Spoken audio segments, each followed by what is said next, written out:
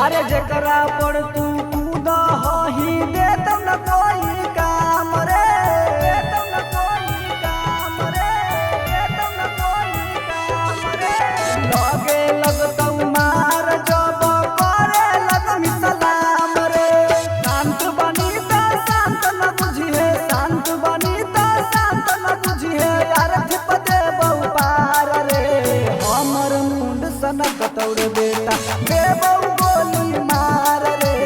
हमर मुंड सनक तौर बेटा देबौ गोली मार रे। हमर मुंड सनक तौर बेटा।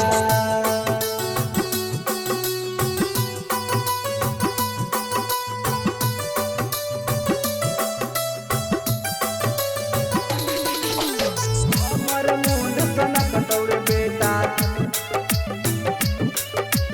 देबौ गोली मार रे। लहासो के ना पाता लगतौ बोलहि उल्टा ढेर रे, बोलहि उल्टा ढेर रे, बोलहि उल्टा ढेर रे।